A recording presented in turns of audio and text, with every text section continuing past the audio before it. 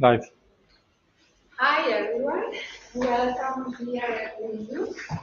This is the second event that we have for ProductTank October. Next.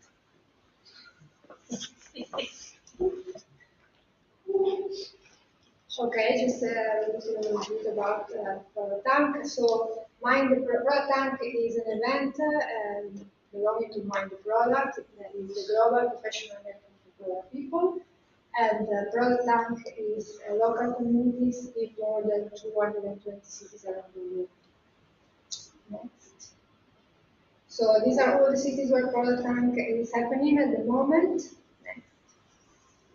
And think they have in Malaga. So this is where we aim to have a monthly ProductTank meeting regularly, get together product managers and everything that is ready for next.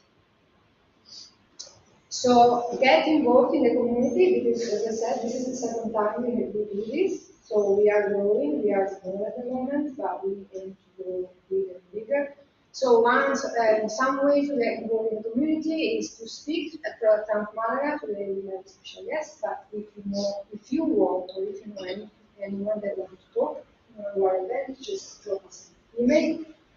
Host or sponsor ProductTank. Today we are Windows Technologies, the Parquet Technology. And the third way is to follow us on Twitter and tweet from the events that we do. Next. Okay, we have set up a Slido, so you can just join from the browser or join from the app. This is the code for asking questions. You can vote on the questions that you feel strong about it, and we will aim to reply at the end of the presentation. Next. Okay, so the ProductTank Meet event of today, we have a special guest, John Coleman, where he will be talking about this talk that is Italy, unlock executive behavior to unlock organizational agility. But I will let him talk about that. So over to you. Thank you very much, Tizzy, and thank you, ProductTank Malaga, for inviting me here. I'm just going to get us started.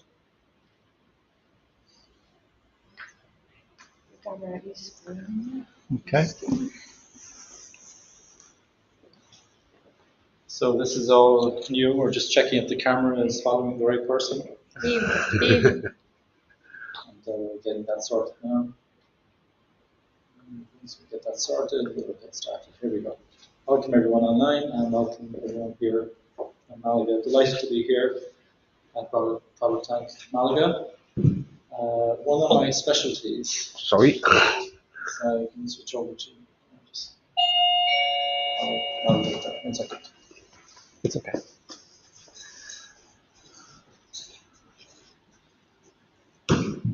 Yeah, we're back in action, I think. Hopefully.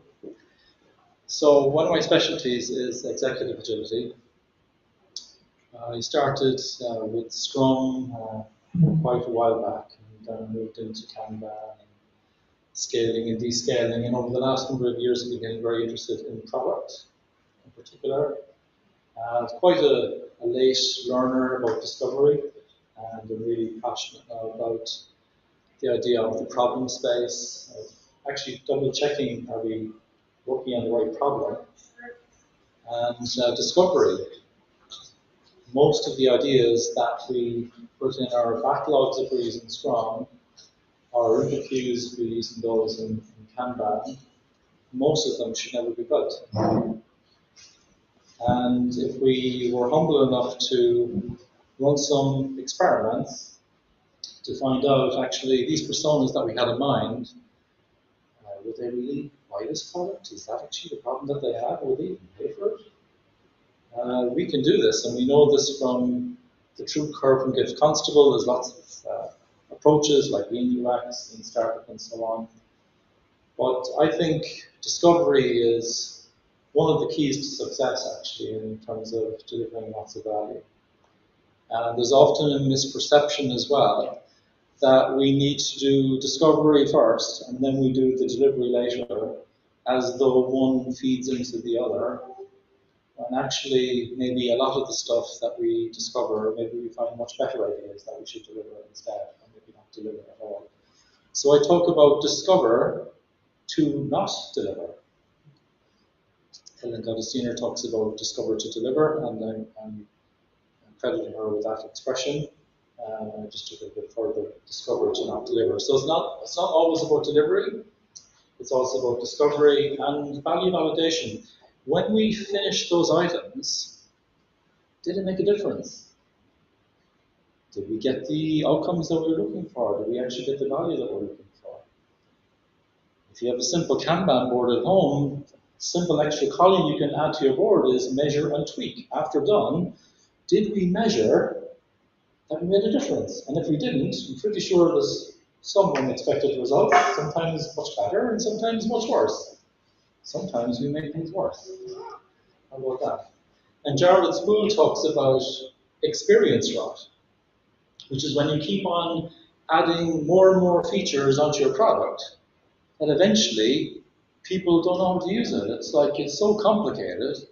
Remember those Nokia phones before they got disrupted and with all these little features that you look in the menu, almost feel guilty not knowing about these features. You only discover them when you're on a train or a plane, you're bored or something. You realize all these things are available, almost feeling guilty, but actually that was experience rot.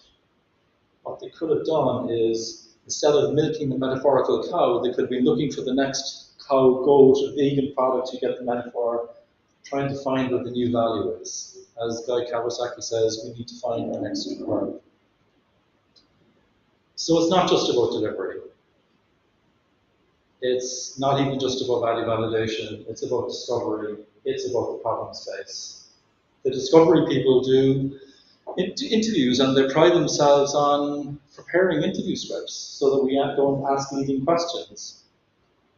People like Indy Young say, well, you just start with one question and just see what the customer says, see where the conversation goes. And she calls that deep listening. Listen. And don't be looking at the problem through the aperture of the solution.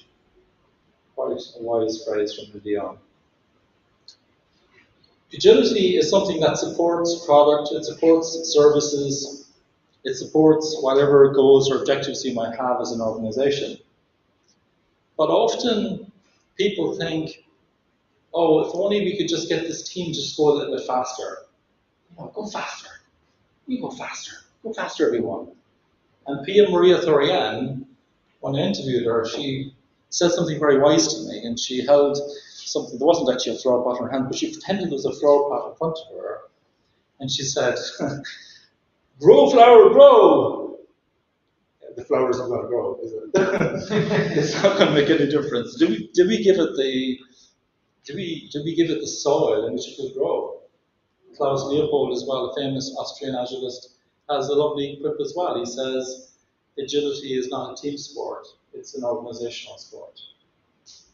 So when we have executives, maybe turning up at these sprint reviews and these little gatherings and feeling very agile, that, this is great, well done, you did very well, well done. But actually, there's lots of problems that you have, there's lots of things that you've been frustrated with, that you've probably been accepting for years. I remember 2 teams a few years ago that I found in the same week, in the same building, that had this thing called an impediment. In Scrum they call them impediment, you don't call them blockers in Kanban, basically something that's stopping you from making progress. And the teams each had a separate problem, a massive problem, metaphorically the size of Mount Everest, really big problem, but they just accepted it as things are just so crap around here. This is just the way things are. We can do better than that. So executive agility is about unlocking the agility in the organization. It's about fixing problems, fixing things that are frustrating people from actually making progress. And I put it to you that unlocking executive agility it will unlock or help to unlock organizational agility. That's why I'm here talking to you today and online about this subject, something we're very passionate about. And I've been working for the last 5 years on this topic, lots of experiments on this topic. And today, for the first time, I'm going to share X-Agility, which is an executive agility framework for helping executives to unlock their own agility one behavior at a time. There's lots of people saying we need to be servant leaders, we need to be this, we need to be that. Yeah, how? We all know what we need to do, but how do we do it?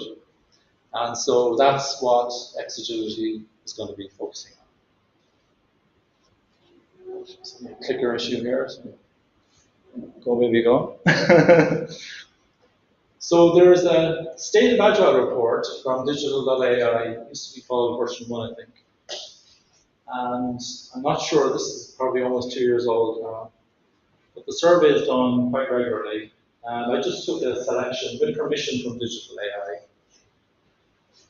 And here were some of the reasons why organizations were struggling with agility. I think it's even the wrong question. See the question there? I mean, like it says, what are the most significant barriers to adopting, scaling, and scaling agile practices? Wrong question. Agility isn't just about practices, it's about the way we behave, it's about the way we think, and lots of other things. Simon Powers did a wonderful article on the Agile Onion, which I recommend you check out. And look at these reasons. 43% of the respondents said organizational culture is at odds with Agile values. I know they don't add up to 100%, but each question had a different response rate. 42% again, general organizational resistance to change. I've even seen departments within the same organization being embarrassed about collaboration. Can you believe that? Put together a Kanban board linking different departments so you can see where the work is getting started. So you can help people to fix problems. It wasn't appreciated. Because we get a lot of internal competition within our organizations. And we shouldn't actually be just accepting that we have a collaborative culture. We need to step towards having a collaborative culture. 42% lack of skills or experience with agile methods. You don't have to use an agile method.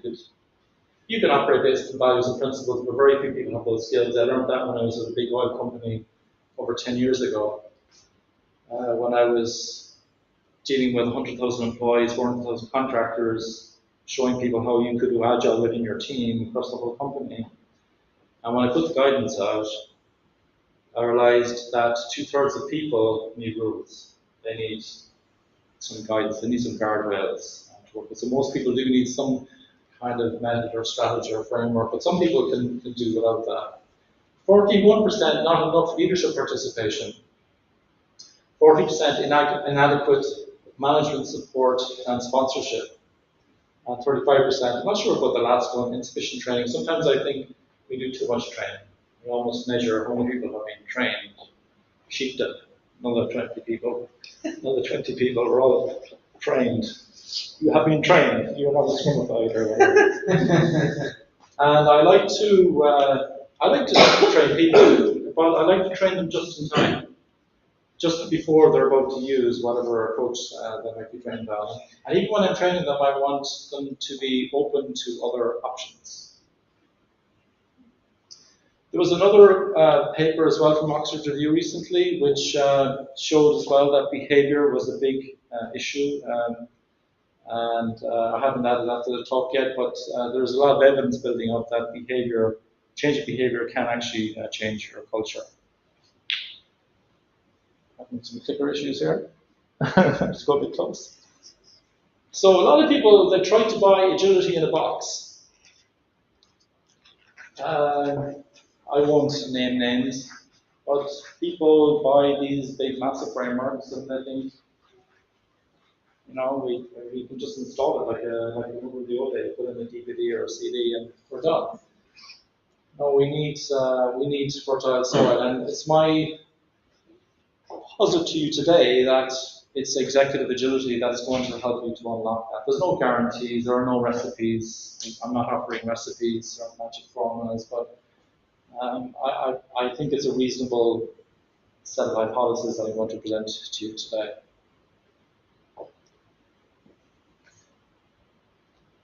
So, what is executive agility? I struggled with this. I'm not quite there yet, but the latest version that I've come up with is, can we cultivate a humane environment? Humane. We can work in this environment. It feels good to be here.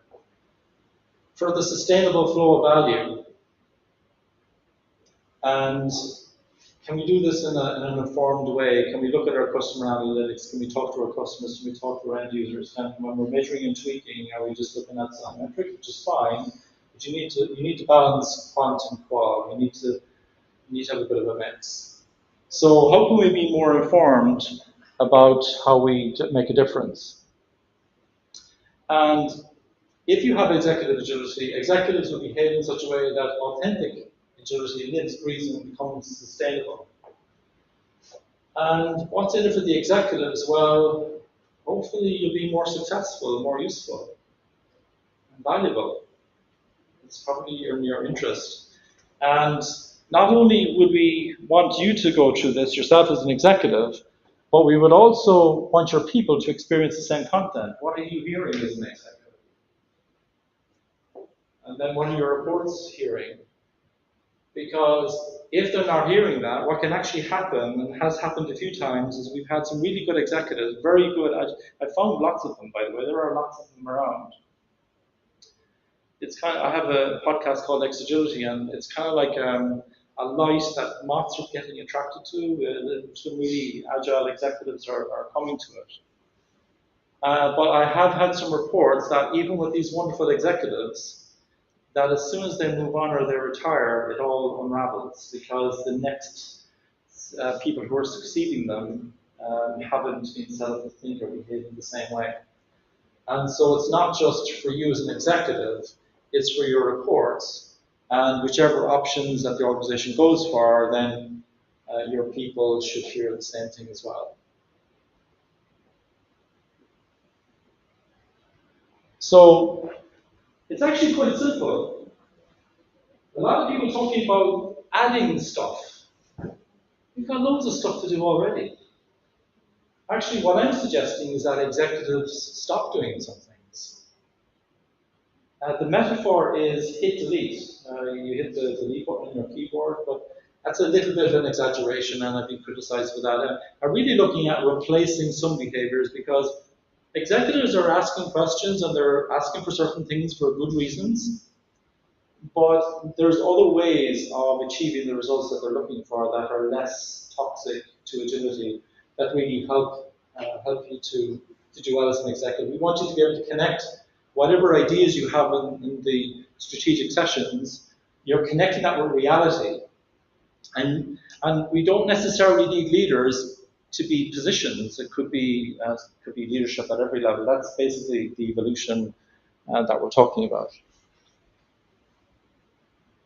So it's based on 5 years of interviews and experiments, and it's including leading executives.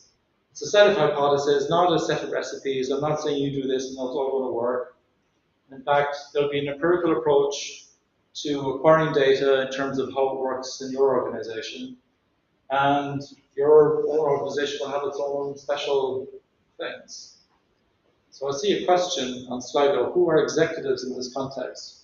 So essentially the people who are at the very top of the organization, the people who are setting the context for the entire organization. It could also be in, say, very large organizations. Let's say there was 100,000 employees, and maybe there's a regional president over maybe 10,000 people. It could also be someone at that level, but it's of that ilk. It's like really, really senior, very high level.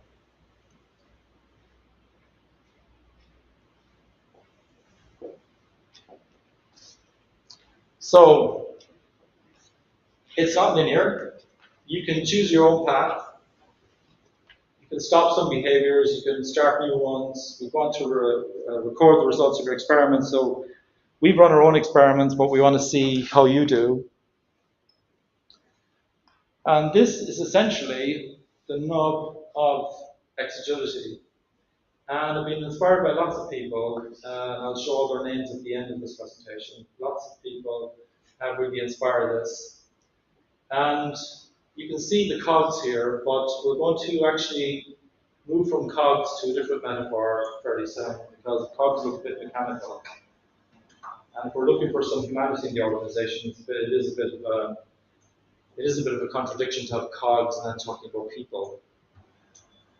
But you can probably get the idea of things interconnectedness. So you can create a humane environment, but you also need to be asking better questions in terms of how we run the organization. As an executive, are you managing your own energy levels? And some people say you need to be in a good mood all the time as a change agent, as an executive leader, because if you're going around like this, how are you supposed to inspire anybody? Well, that also means you need to manage your own energy. Otherwise, you're going to get completely drained. You can't really talk about agility without talking about flow.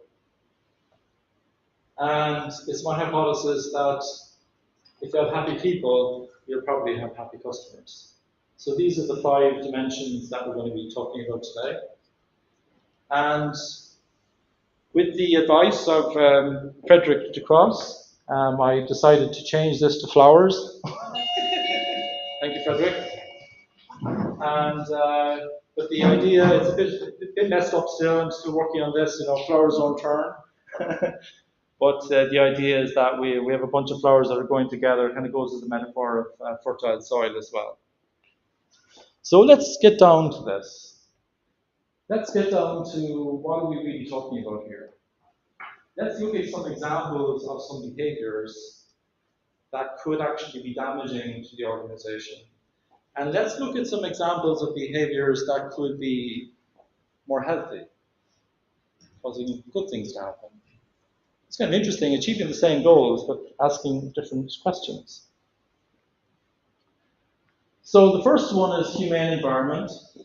And you can see here, there are some numbers here. So the idea is that you should progress over time in terms of your behaviors. You can start wherever you want. You can choose your own path. You might start at a much more advanced level. That's okay. And I'm just explaining my kind of tongue-in-cheek comment here, because when I'm saying hit delete, I don't actually mean you're going to stop it all the time. It means there'll probably be less stories like this, more stories like the more healthy ones. So, for example, there's general agreement that pulling work is more humane. But there could be some cases where push is actually the right thing to do, and I wouldn't want to say to an executive, you should never do that. Never say never. It's more a case of less stories like this, more stories like the healthy ones. That's kind of where we're going with this, okay? My clicker is not doing the business. There we go. So here's an example of one. And I've experienced this actually in the last couple of years, where I was making a lot of progress with some people who were actually kind of leading the way, really, in terms of their thinking, in terms of their behavior, in terms of what they were doing. Really doing good things, very enthusiastic people. And they had a wonderful leader, and the organization didn't change their policies about what kind of leaders you hire, or what kind of leaders you promote or rotate. And imagine a situation where you're making fantastic progress with a wonderful agile leader, and then a new person comes in who's the command and control leader from hell. I saw before my own eyes progress reversing. And it's a pity, really, because if we don't see executives and leaders moving quickly, even the really enthusiastic and curious people give up. They start to give up, and it's roughly around 18 months, ballpark. People are putting lots of energy in, and why should I bother? I mean, I did this. I mean, the system is messed up, and it's kind of learned. It's called, Jill Benson calls it learned helplessness. I like that expression. Instead of promoting the old guard, how about we have a kind of a zero tolerance approach to agile behavior, non-agile behavior in executive positions? How about the first thing, if we're really serious about moving in this world and moving to be more agile, some fairly famous banks, when they were rehiring their people, they had some tolerance for what kind of non-agility they would tolerate amongst people who are doing the work, but they had zero tolerance at executive level. Zero. Now, I think where this framework helps as well is I'm actually giving you some behaviors to observe. Because when you see these, like I wouldn't be asking the executive how agile you are, I'd be asking the employees, what behaviors are you seeing? And I asked very positive questions. What are the positive things that you're observing? But of course, if nobody's noticing any of these positive things, it kind of gives me a very strong signal about what might be going on. So that's just one example. And there are lots of others. Problem with my clicker here. There are lots of others, like the leadership broadcasts. Leader transformation. We're gonna transform you all, as though it's a project or something. Appreciation for ego, lack of discipline, a focus on star performers. We'd be okay if Tizzy on the team. Everything's gonna be. I know Tizzy's great, but there's only one Tizzy. So ruthless with people. You can be ruthless with value, but not with people. Short-lived teams, people in the wrong seats in the bus, individual meritocracy, people actually stepping on top of each other to get promoted. Any hint of a lack of diversity and inclusion. Should always be diversity and inclusion, shouldn't there? These are some of the toxic behaviors. If you want to have a humane environment and executives are behaving like this, it's not going to be that humane. This is what we prefer. So discover what people value. Discover what frustrates people. Jim Benson has a new book out called The Collaboration Equation. I was so much in awe of Jim when I saw he did an exercise where imagine there's a wall in the back of the room, and he asked the people in the room, and he actually used very bad language. He was in New York, so felt he had permission to use bad language. Sorry for people from New York, hope you don't get offended. I use lots of bad language, by the way. And at the back of the room, they were putting post-its on the wall of what made them really fed up. And the wall was full. It was full. And there was a woman, and she was crying, and there was a man who was crying, and it was like they could see on the wall. They thought it was just them as individuals. They see this, they were fighting against the system. Can we recruit with agility in mind? Can we invite people? Instead of saying we'll use the flavor of the month method, whatever that is, how about we show a few options to people and let them decide which one's the right one for them? I won't go through them all, because we've got a lot to get through, but what we're trying to do is we're trying to replace the toxic ones with these more healthy ones. And I've actually made it one for one as well. I've got a video podcast episode for every single one of these behaviors, with not just people like me, people much more interesting than me, leading executives and more leading agilists and so on, explaining how you do this. So in terms of the principles then, we want transparency about how we delegate, we want to give trust, we want to consider behavior, we want to be ruthless with value, we want people with the right seats in the bus. You might have heard of dynamic reteaming. It's the book called Dynamic Reteaming by Heidi Helfand. And you can be really authentic about that. It's not like just moving people around. It's quite methodical how Heidi deals with that. And how about 80-20? Have you heard of the 80-20 rule? Get 80% of the outcomes with 20% of the outputs. And so you get lots of projects and all that kind of stuff coming in. Can we do 80-20 on those? Can we do 80-20 on that? Can we try to minimize the outputs? Even my own team, my own company, that's the approach I use. I have these measures and I say, well, I want you to do the least amount of effort to move those needles. I don't want you sweating all the time. I want you to be finding the easiest way to go. So that's a humane environment. And then if we move on to value and decision making,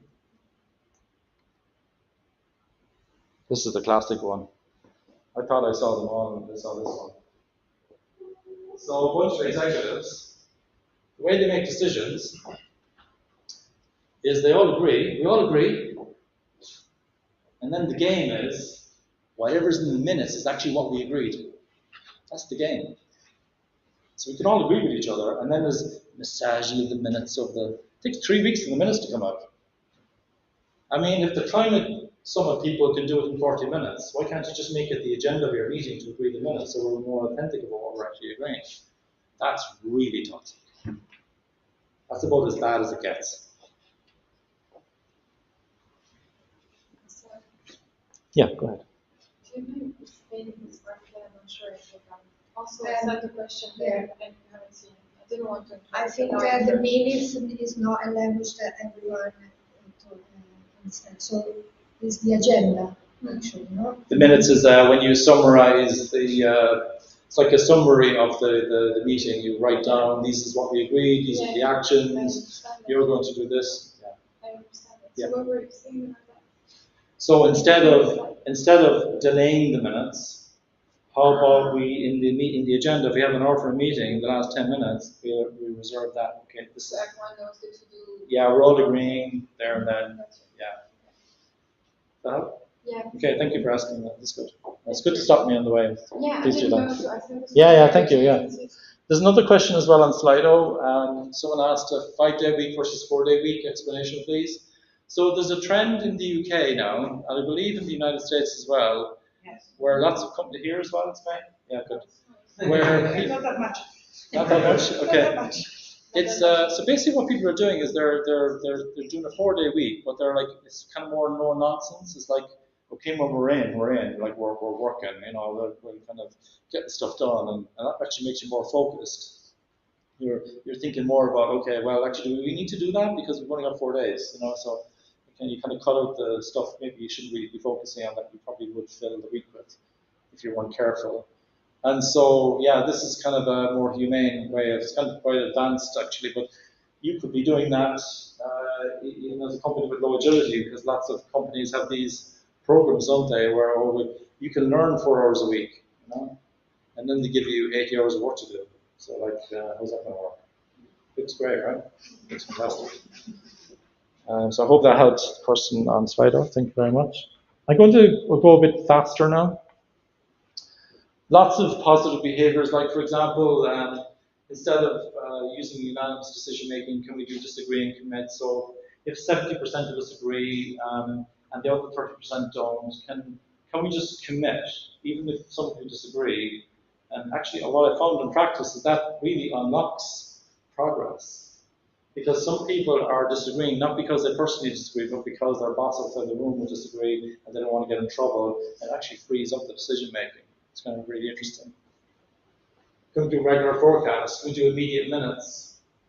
I won't read all of these, but one that I found really valuable here is can we do some clustering? Can we look at the clustering and the dynamics of what's slowing us down? You might call them blockers. Are we actually trying to solve those? Are we welcoming dissent? Are we welcoming people actually disagreeing? Can we create a forum where we can actually do that? In the Cynefin sense-making framework, they have a workshop called Ritual Dissent, where you literally are supposed to be really dissenting. And it's, but we all have permission to do that, because that's the whole setup. And so with value decision making, we want to decide with perfect information. We want to be proactive with risk. We don't want to be just putting your risks in the risk register. We know what's going to happen with those risks. And the lady one day, she said to me, John, all the risks are closed. I said, what do you mean all the risks are closed? Yeah, we have a risk register, and you know, and Sam said she'd do that, and she got it done by the end of October, and Tim said he'd do this, and blah, blah, blah, and they give it days, and so we're good. I said, we're not good. All we have is risks on a risk register. We know what's going to happen. I've seen 5 people in my career who do really professional risk management. And what happens is those risks, they just blow up and turn into issues most of the time. And so we can be more proactive about that. We can, if you have Scrum, for example, you can actually put those risks on the product backlog. and maybe visualize it as a little stick of dynamite in your backlog that maybe we need to do a controlled explosion on that one. Maybe we don't want that to happen too late because we can lose millions. More frequent budgeting cycles. Instead of data-driven decision-making, which is where we're like a slave to the data, data-informed decision-making is a balance between what we're hearing from customers and what the data is actually telling us, because data isn't always objective. The person who designed the data model had an opinion, and so we're now following that model. And maybe we can revisit the problem space every now and again. Are we actually working on the right problem?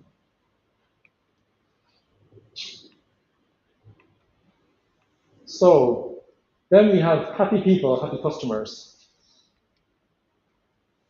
So as an executive, are you expecting your people to bring you these wonderful shiny reports telling you what's going on? You want to know what's going on? If they're using Scrum, for example, maybe you go to the sprint review. Or maybe what the large-scale Scrum people say, maybe go see what's actually happening. Meet the teams. And not a royal tour where people are putting up posters before you arrive, but they're so used to you being there that you're really finding out what's going on.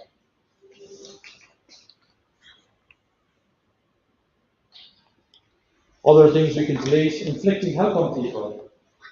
A guy called Tom Mellor, he was driving me one day around Illinois, I believe, and he said to me, John, don't ever give help unless people are asking for it.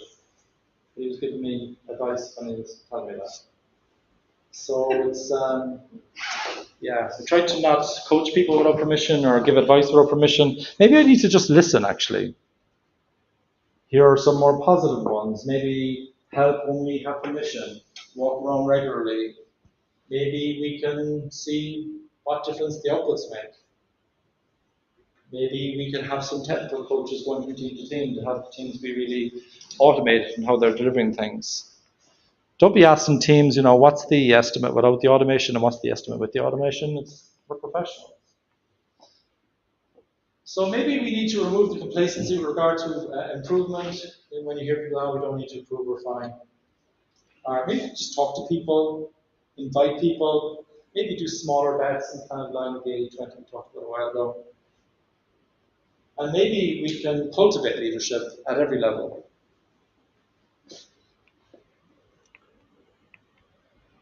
And then if you move on to flow, what I see a lot is this tendency for executives to keep people busy. You need to keep you busy. You need to keep the developers busy. You need to keep the UX people busy. I've got a great idea. We'll divide up a designer like she's a pizza. That's a great idea. And so how about focusing on aging? Focus on which items you kind of getting stale on the board, and maybe we can unblock things, and maybe we can just cancel something. Maybe some work on the board that's been there forever. Do we really need it? Can we split the item, deliver some of it now, and just cancel the rest of it? Sometimes we just go into execution bias on that. Big bet as the norm. Over milking the cow, like Nokia did with the handsets. Better, faster, cheaper. Sounds good, but actually what we want is to be more adaptive to market needs and more responsive to what's going on. And actually we want to get to a stage where we're not doing dependency management anymore. The organization is designed in such a way where we're happy for people to depend on each other within teams. We're structured in a better way. Instead of the organization being designed for ease of management, maybe it can be designed for ease of delivery and discovery. You can see there are lots of them. It's quite a journey for an executive to go on. You see discover to deliver in there. How about 9 minutes learning at 9 a.m.? Also simple little thing, isn't it? We could, as a company, we could say, well, we can't book, no one can book a meeting before 9:30, so you can go on YouTube for 15 minutes after you've got your coffee. So can we prioritize within our capacity? If you deliver 42 projects in a quarter, why are we bringing in 85? I'm going to oversimplify here. It's not quite true, but it's helpful to say that your throughput is your capacity. Whatever number of projects you had at the same time last year is probably what you'll do this year if you have the same number of people in the system. It's not as simple as that. Hopefully, we'll bring even less projects because we don't know what other things will come up in the meantime. Maybe the executive needs to be more aware of the waste that's going on. Maybe we need to be all pulling in the same direction. Instead of having 25 different priorities, can we all be pulling in the same direction? How about we fix problems? How about we remove the things that are slowing people down?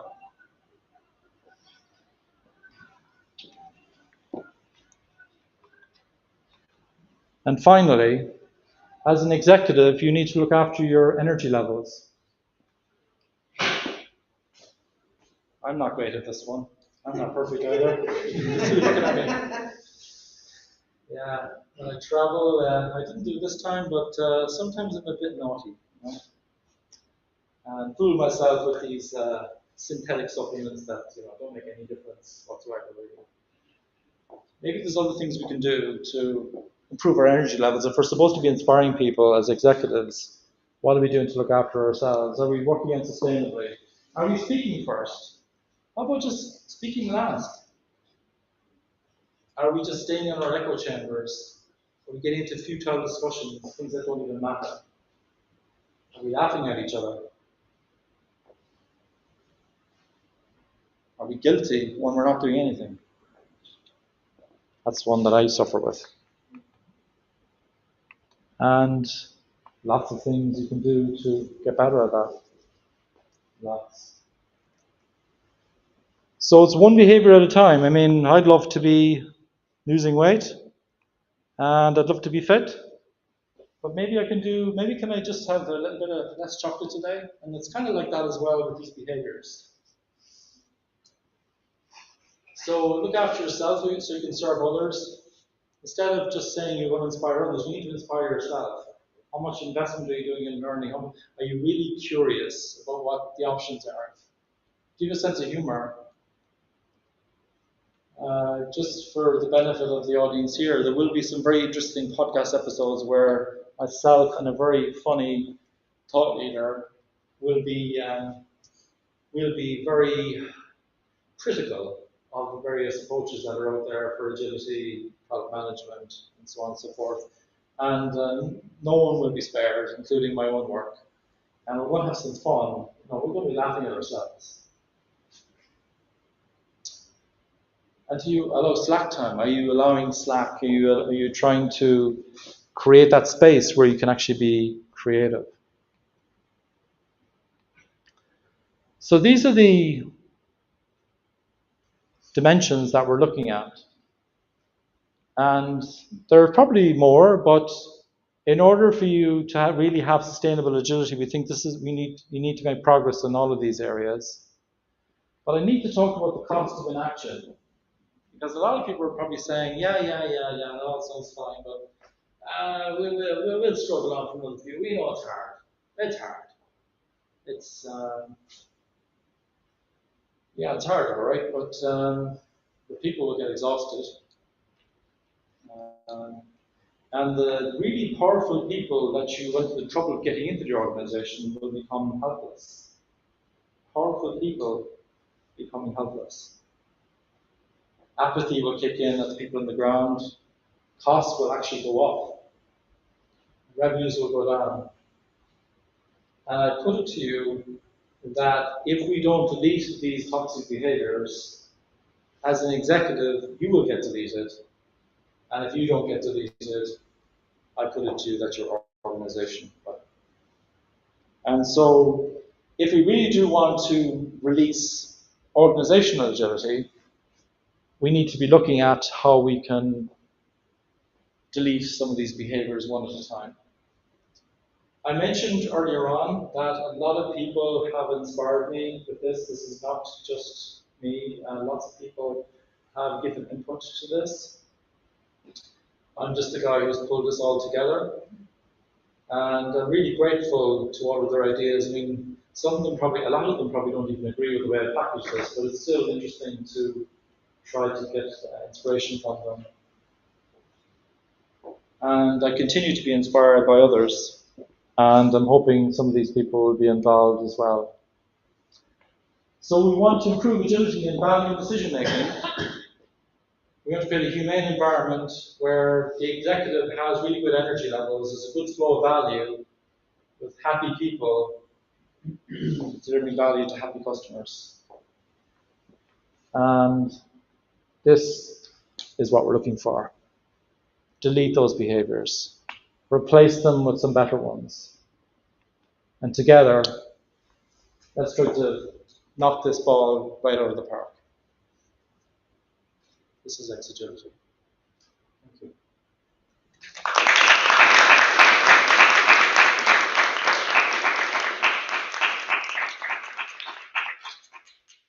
Any more questions on Slido? I don't know. Do you have anything like that you can put over there? You know what? I didn't have one at the very beginning, which is who are those executives in this context? Really senior, like right up at the top. So you got your CEO, and then you got your CEO minus one, like you might have a CTO or CIO, CFO, all these different minus ones we call them, just under the CEO. So like also people in the board, so board members, executives, people who actually set the whole culture of the organization. In bigger companies, it gets a bit more complicated.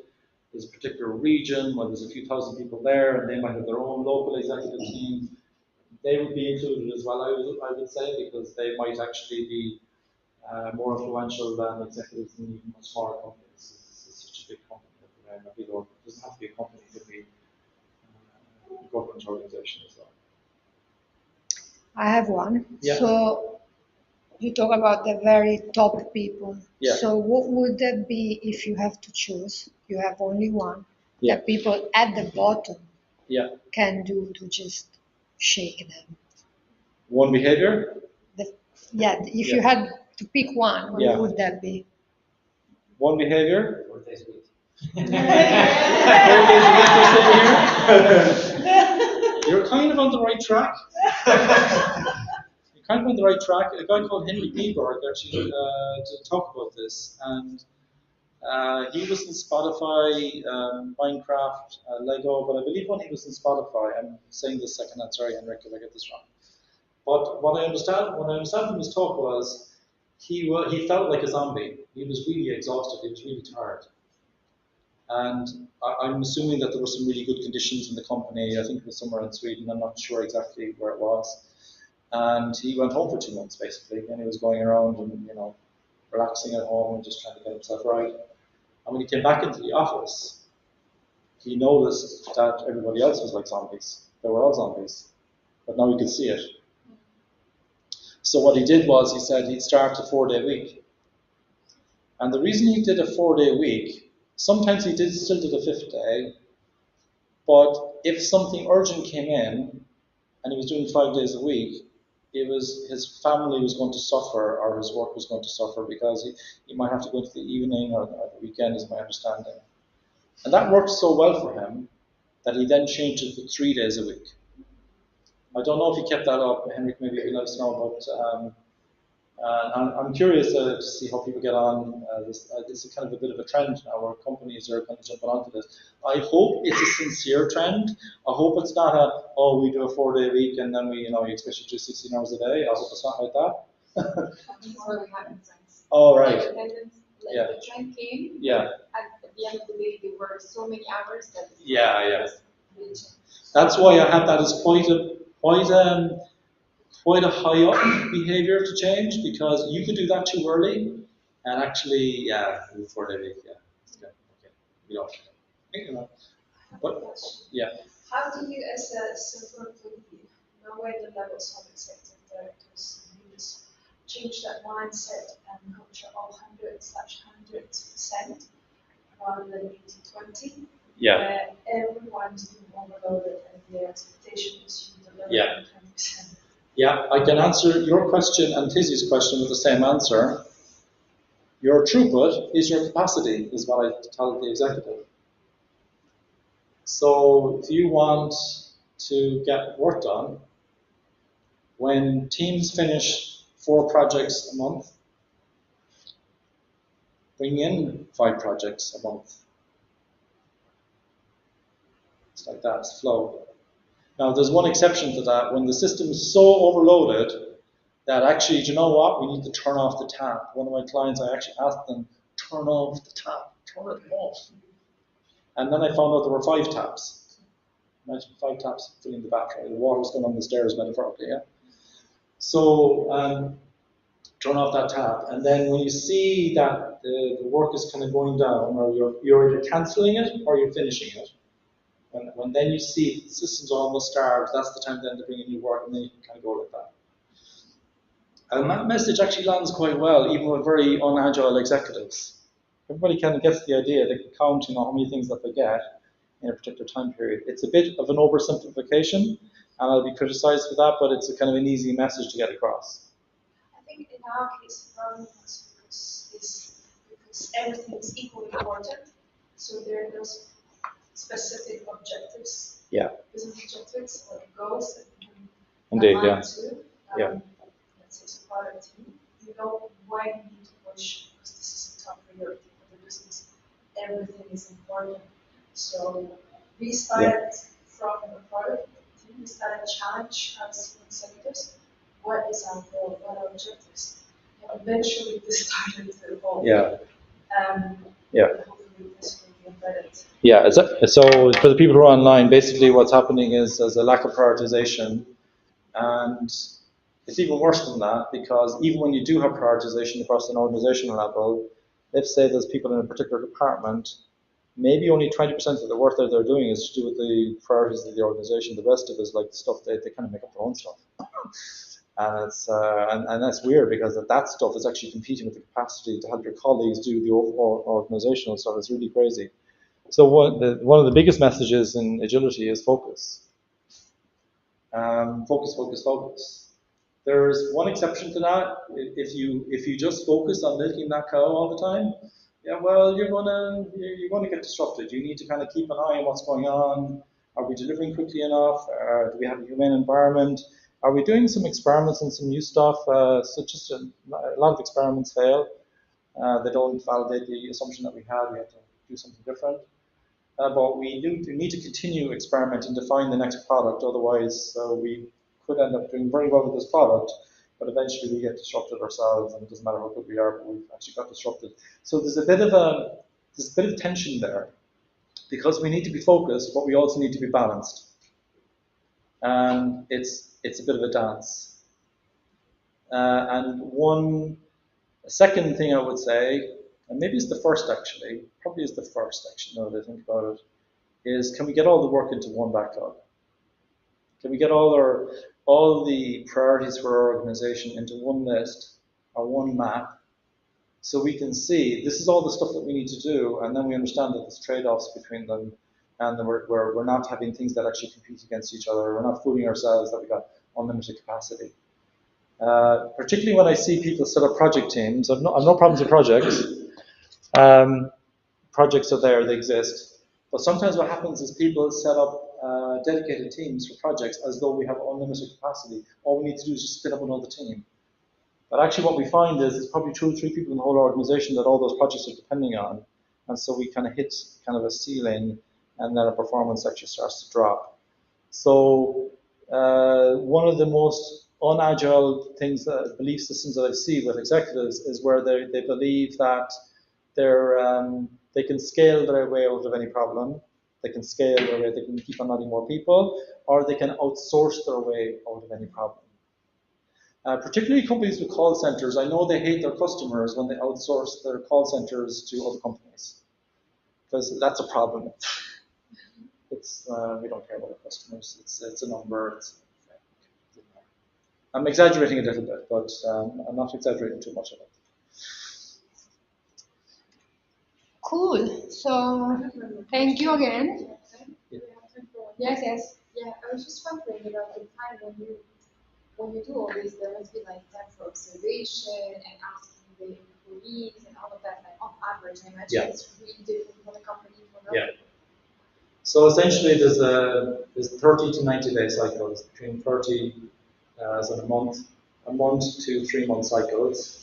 So the first cycle might actually just be discovery, where myself or someone like me or Tiziana would be looking at what's going on, interviewing people, really understanding what's actually happening. Maybe doing stakeholder forensics as well, which stakeholders have back channels that we don't know about. That can be really toxic as well. I've seen some change agents run into trouble with that. And finding out what the real problem is to solve. Not what people are telling us the problem is, but what's the real problem that they actually want to solve that they're not actually saying that that's actually what they want. Sometimes you kind of have to really script. It's kind of hard to actually find out what people really want. And also trying to understand the appetite of the organization. Do they want to own the change themselves, or do they just want me to kind of do everything for them, which is not the way it works. The organization owns the change. And then after that is 30 to 90 day cycles. Rinse and repeat.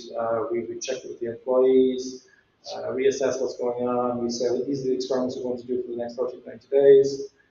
Check again what we're doing. You said you want to do this, but do you still really want to do this? Because if we're talking about going back to the problem space in what we do, we also need to do it with the change. Is this actually the right problem we're trying to solve right now? Do we really want that? Do we really want that, or are we actually only looking for this? That's quite important.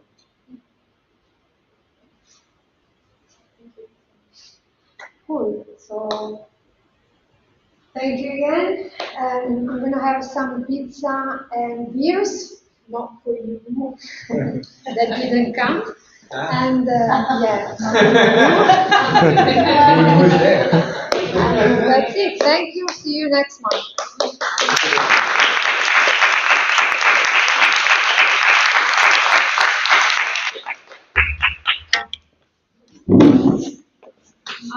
Okay, I'm going to stay on just for the comments. Just to see how you're doing.